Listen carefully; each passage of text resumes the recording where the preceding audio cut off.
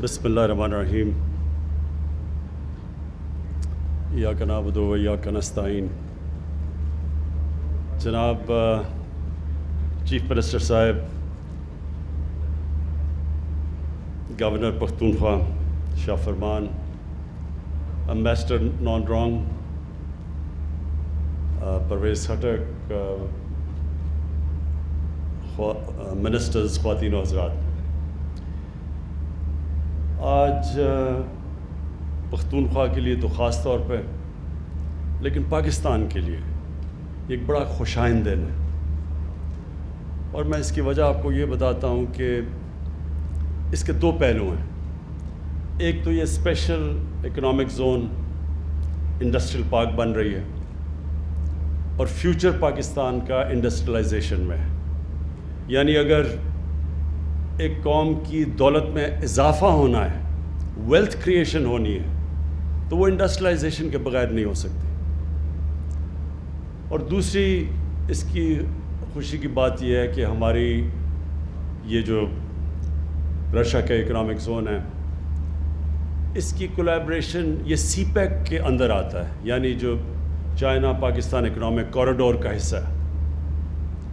یہ بھی بڑی خوشائند چیز پاکستان کے لیے اس لیے ہے کہ آج اگر دنیا میں جو سب سے تیزی سے ملک ترقی کر رہا ہے وہ چائنا ہے، اور اس کی جو ترقی ہے اس سے ہم سب سے زیادہ سیکھ سکتے ہیں.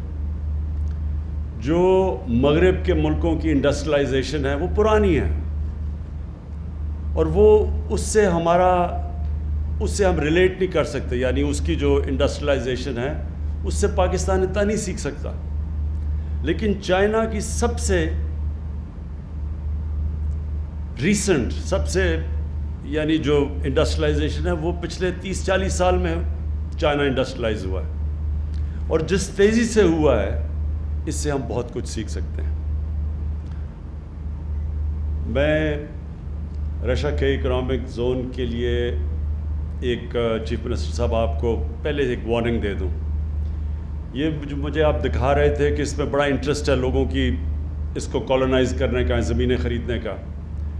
یہ ان کی زمینوں کو بالکل بیچے نہ. یہ تو بڑا اچھا ہو گیا کہ ہمارا سینچری اسٹیل آ چکا ہے، چائنیز کی فرم، وہ تو آ گئی. لیکن ان کو لیز پہ رکھیں، اور لیز پہ کم پیسے پہ لیز کریں، کیونکہ جو بیچیں گے، خطرہ یہ ہے کہ جب آپ ان کو زمینیں بیچیں گے یہ پھر ریل اسٹیٹ بن جاتی ہے. ہماری جو کئی انڈسٹریل زونز ہیں وہ ریل اسٹیٹ اسپیکولیشن میں چلی جاتی ہیں. قیمتیں اتنی بڑھ جاتی ہیں وہاں کہ وہ جو انڈسٹری ہے وہ وہاں آتی نہیں ہے. کیونکہ انڈسٹری اگر پہلے اتنی مہنگی زمین خریدے گی، پھر اس کے اوپر انڈسٹری لگائے گی، تو اس کے پاس نفع تو نہیں بچنے لگا زیادہ. اس لیے وہ انڈسٹریلائزیشن کو کے سامنے بہت بڑی رکاوٹ ہے کہ یہ جب اسپیکولیشن میں زمینیں بکنی شروع ہو جاتی ہیں. لہٰذا ان کو لیز پہ دیں، کیونکہ میں یہ چاہتا ہوں کہ صحیح معنی میں جو لوگ انڈسٹری لگانا چاہتے ہیں وہ یہاں آئیں، بجائے اس کے کہ لوگ جو پراپرٹی کا وہ جو سارا پاکستان میں اسپیکولیشن میں کام شروع ہو جاتا ہے، یعنی پراپرٹی کی قیمتیں بڑھتی جاتی ہیں صرف اسپیکولیشن پہ. دوسری چیز جو پاکستان کو سب سے زیادہ ضرورت ہے، ایکسپورٹ کے لیے انڈسٹری لگے. ہمارا مسئلہ کیا رہا ہے آج تک؟ جب سے پچھلے 50 سال سے، اس سے پہلے پاکستان بڑی تیزی سے انڈسٹریلائز ہو رہا تھا. ہمارا مسئلہ یہ رہا کہ ہم نے ایکسپورٹس کے اوپر توجہ نہیں دی. اب جب تک آپ دوسری دنیا کو چیزیں زیادہ بیچیں گی نہیں، آپ کی دولت کیسے بڑھے گی؟ تو اگر آپ کی ایکسپورٹس نہیں بڑھتی تو ملک کی دولت تو نہیں بڑھنے لگی. اور صرف ہم اگر اپنی اناج بیچیں، گندم بیچیں، چینی بیچیں یا چاول بیچیں، اس سے تو پاکستان امیر نہیں ہونے لگا. ہماری جو اوسط آمدنی ہے اس سے تو اوپر نہیں جائے گی. تو چائنا سے جو ہم سیکھ سکتے ہیں، انہوں نے جو انڈسٹریلائز کیا، انہوں نے جو انڈسٹریلائزیشن تھی، انہوں نے خاص توجہ اپنی ایکسپورٹس پہ دی. ان کی جو اسپیشل زونز بنی انڈسٹری کی، وہ اس میں صرف شروع میں ایکسپورٹ کے لیے انہوں نے دنیا سے انڈسٹریز کو کہا کہ آ کے یہاں سے ایکسپورٹ کرو، اور ادھر سے ان کی ڈیولپمنٹ شروع ہوئی. ہم نے کبھی بھی ایکسپورٹس کے اوپر توجہ نہیں دی.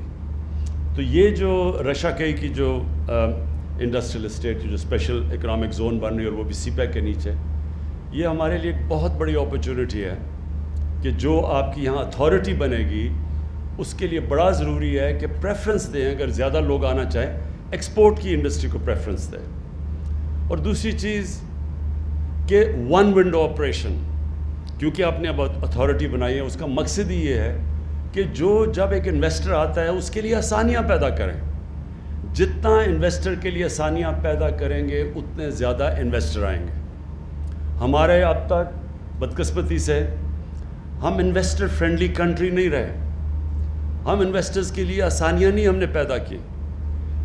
سمپل یہ لاجک یہ ہے کہ ایک انسان, میں اگر اب میرے پاس پیسہ ہے اور میں کچھ کاروبار شروع کرنا چاہتا ہوں تو میں کاروبار تو تب شروع کروں گا اور اس میں سے مجھے نفع ملے گا. میں خیرات کے لیے تو کاروبار نہیں لگاتا. تو انویسٹر ادھر آتا ہے جدھر اس کو پروفٹس ملیں. تو پروفٹس ملنے کے لیے گورنمنٹ کا کام ہے ان کے لیے آسانیاں پیدا کریں, اور یہ جو اسپیشل اکنامک زونز ہیں ان کے اندر انسینٹیوائز کریں.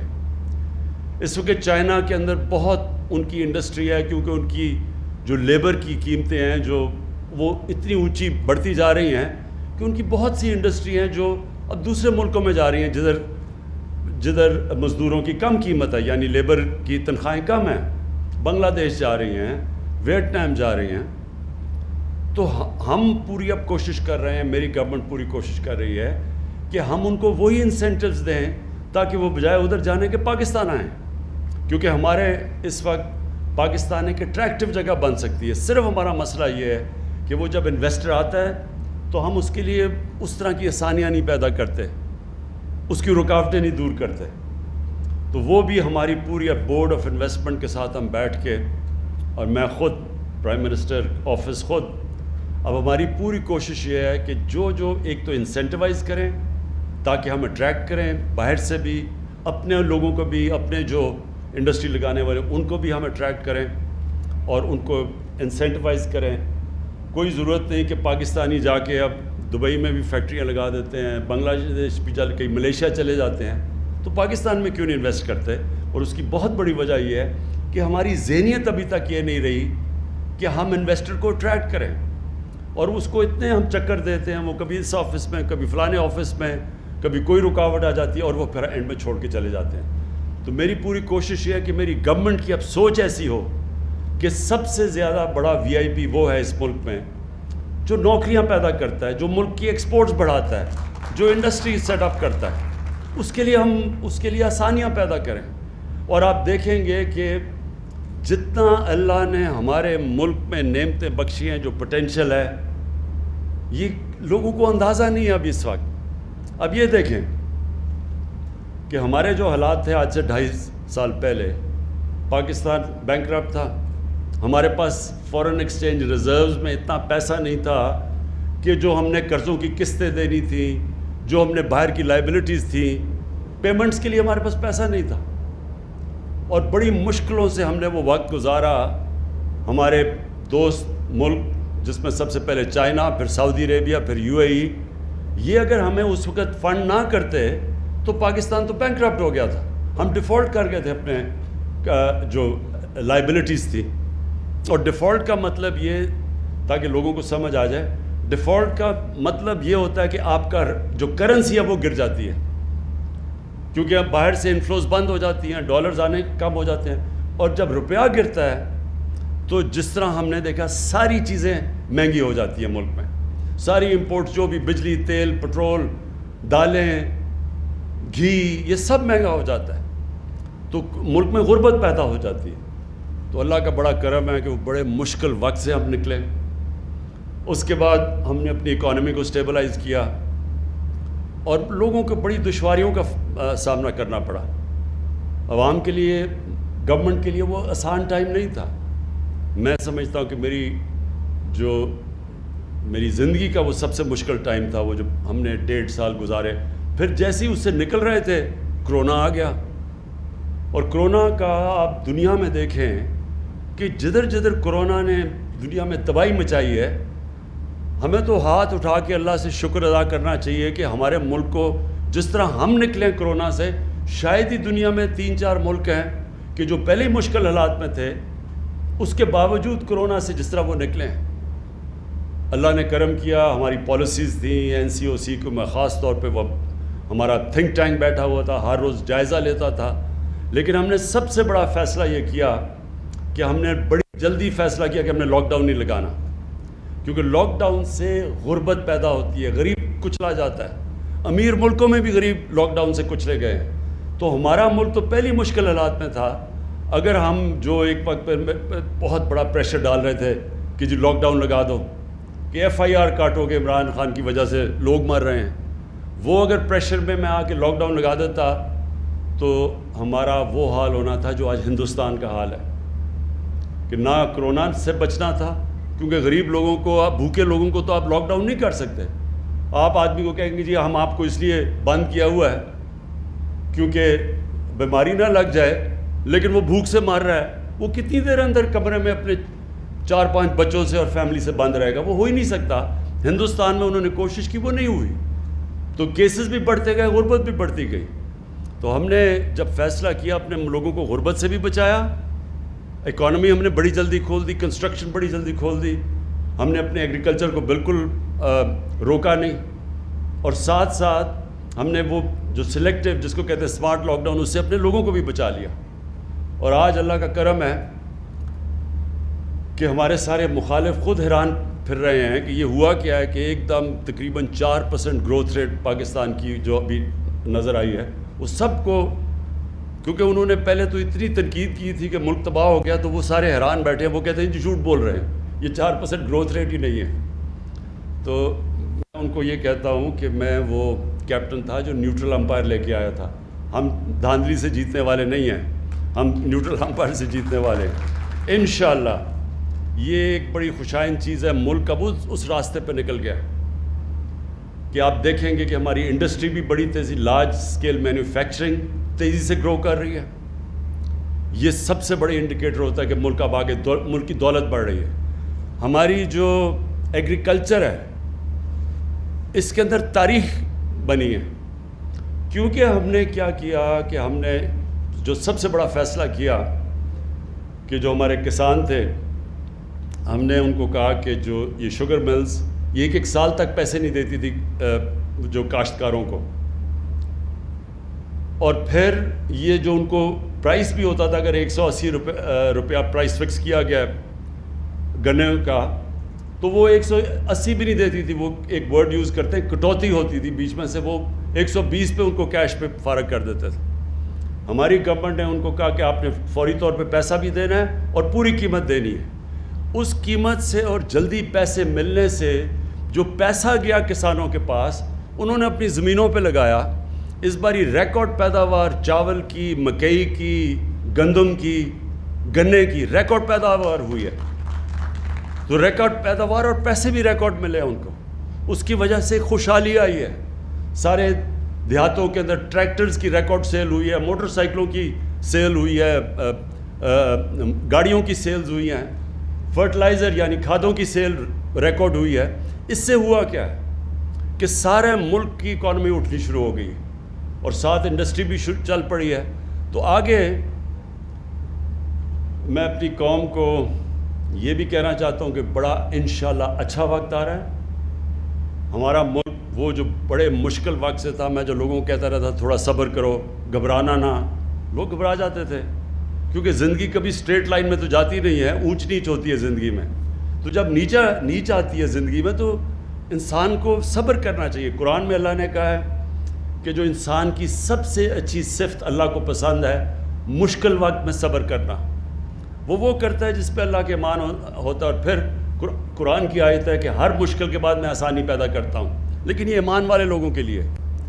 اور اللہ کا کرم ہے کہ اب ہمارے لیے جو بہت مشکل وقت تھا وہ نکل گیا۔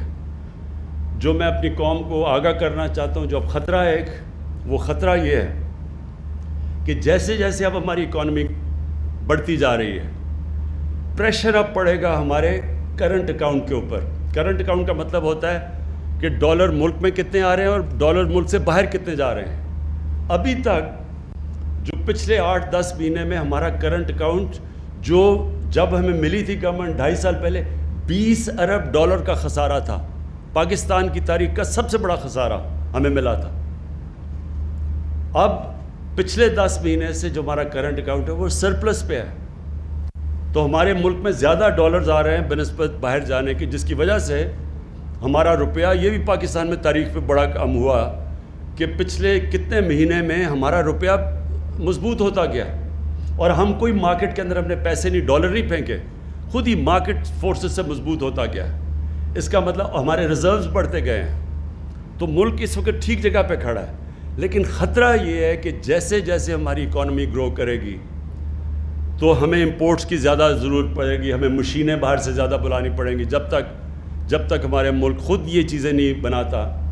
تو خطرہ یہ ہے کہ ہماری جیسی جیسی اکانومی گرو کر رہی ہے، ہماری کرنٹ اکاؤنٹ کے اوپر پریشر پڑے گا، ہمارے ملک سے زیادہ ڈالرز باہر جانا شروع ہو جائیں گے بنسبت اندر آنے کے۔ اس سے ہم نے اب بچنا ہے۔ ابھی تک تو ہمیں اوورسیز پاکستانیوں نے وہ کام کیا ہے جو کبھی پاکستان کی تاریخ میں پہلے نہیں کیا، ریکارڈ ریمیٹنسز بھیجی ہیں انہوں نے ہمیں، وہ پیسہ بھیجا ہے جس کی وجہ سے بہت بڑی وجہ کہ ہمارا روپیہ مضبوط ہے۔